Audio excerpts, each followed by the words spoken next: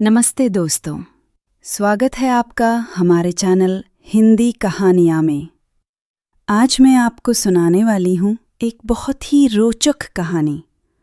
अगर आपको ये कहानी पसंद आए तो चैनल को सब्सक्राइब करना मत भूलिएगा। बहुत समय पहले गंगा किनारे बसे एक गांव में अमृता नाम की एक लड़की रहती थी। वो देखने में अपार सुंदर थी, लेकिन उसके दिल में घमंड भरा हुआ था। वो घर का कोई काम नहीं करती। माँ कहती, बेटी जरा आंगन बुहार दे। अमृता हंसकर बोलती, मेरे नाजुक हाथ झाड़ू नहीं पकड़ सकते। वो दूसरों को तुच्छ समझती और हमेशा कहती, मैं तो किसी राजा से ही शादी करूंगी, किसानों और गरीबों से मेरा कोई मेल नहीं। एक दिन बाजार जाते समय रास्ते में अमृता की टक्कर एक बूढ़ी औरत से हो गई। उस औरत के हाथ से फल की टोकरी गिर गई और सारे फल बिखर गए। बूढ़ी औरत कांपती आवाज में बोली, बेटी जरा मदद कर दे, मेरी कमर सीधी नहीं होती, फल उठाने में मुश्किल होगी। अमृता ने होंठ सिकोड़कर कहा, अरे मैं क्यों झुकूं, मेरे कपड़े गंदे हो जाएंगे, तुम घर पर बैठो, बाहर क्यों निकलती हो। बूढ़ी औरत ने शांत स्वर में समझाया, बेटी सुंदरता भगवान का दिया हुआ तोहफा है, लेकिन अगर उसमें नम्रता ना हो तो वो टिकती नहीं। मदद करने से कोई छोटा नहीं होता। अमृता ने ताना मारते हुए कहा, ये बातें तुम जैसी बूढ़ियों को शोभा देती हैं। मेरी सुंदरता तो मुझे किसी राजा की रानी बनाएगी, मुझे इन छोटे कामों से क्या लेना देना। बूढ़ी औरत ने गहरी सांस लेकर कहा, ठीक है बेटी, पर याद रखना, घमंड हमेशा गिराता है। अगर तूने दूसरों की सेवा और विनम्रता ना सीखी तो तेरी ये सुंदरता तुझे छोड़ देगी। उस रात से ही अमृता का चेहरा बदलने लगा।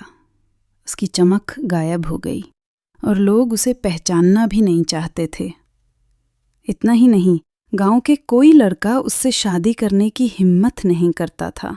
कोई उसकी तरफ देखना भी पसंद नहीं करता था। अमृता बहुत दुखी रहने लगी। फिर गांव में गजाधर नाम का कुरूप आदमी आया। अमृता ने मजबूरी में उससे शादी की। वो आदमी कठोर स्वभाव का था, लेकिन अमृता ने धीरे धीरे सहनशीलता और सेवा से जीना सीख लिया।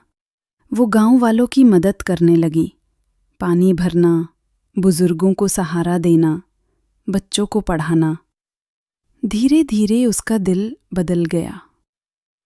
कई महीनों बाद वही बूढ़ी औरत फिर से गांव में आई। इस बार वो भारी फल की टोकरी उठाए थी। अमृता तुरंत आगे बढ़ी और बोली, माँ जी आप थक जाएंगी, आइए मैं आपकी मदद कर देती हूँ। उसने टोकरी उनके हाथ से ले ली और मुस्कुराकर साथ चलने लगी। बूढ़ी औरत की आंखों में चमक आ गई। वो बोली, बेटी आज तेरा दिल सचमुच सुंदर हो गया है, मैं श्राप वापस लेती हूँ। इतना कहते ही अमृता का चेहरा फिर से दमक उठा। अब उसकी सुंदरता चेहरे में ही नहीं बल्कि दिल में भी झलकने लगी। अमृता की कहानी दूर तक फैल गई।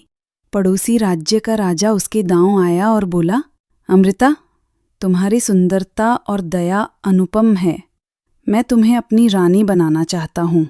गांव वाले खुश हो गए, लेकिन अमृता ने शांति से कहा, राजा साहब, कभी मैं सोचती थी कि रानी बनना ही सबसे बड़ा सुख है, लेकिन अब समझ गई हूं कि सच्चा सुख सादगी और अपनापन में है। गजाधर मेरा जीवन साथी है, मैं उसे छोड़कर कहीं नहीं जाऊंगी।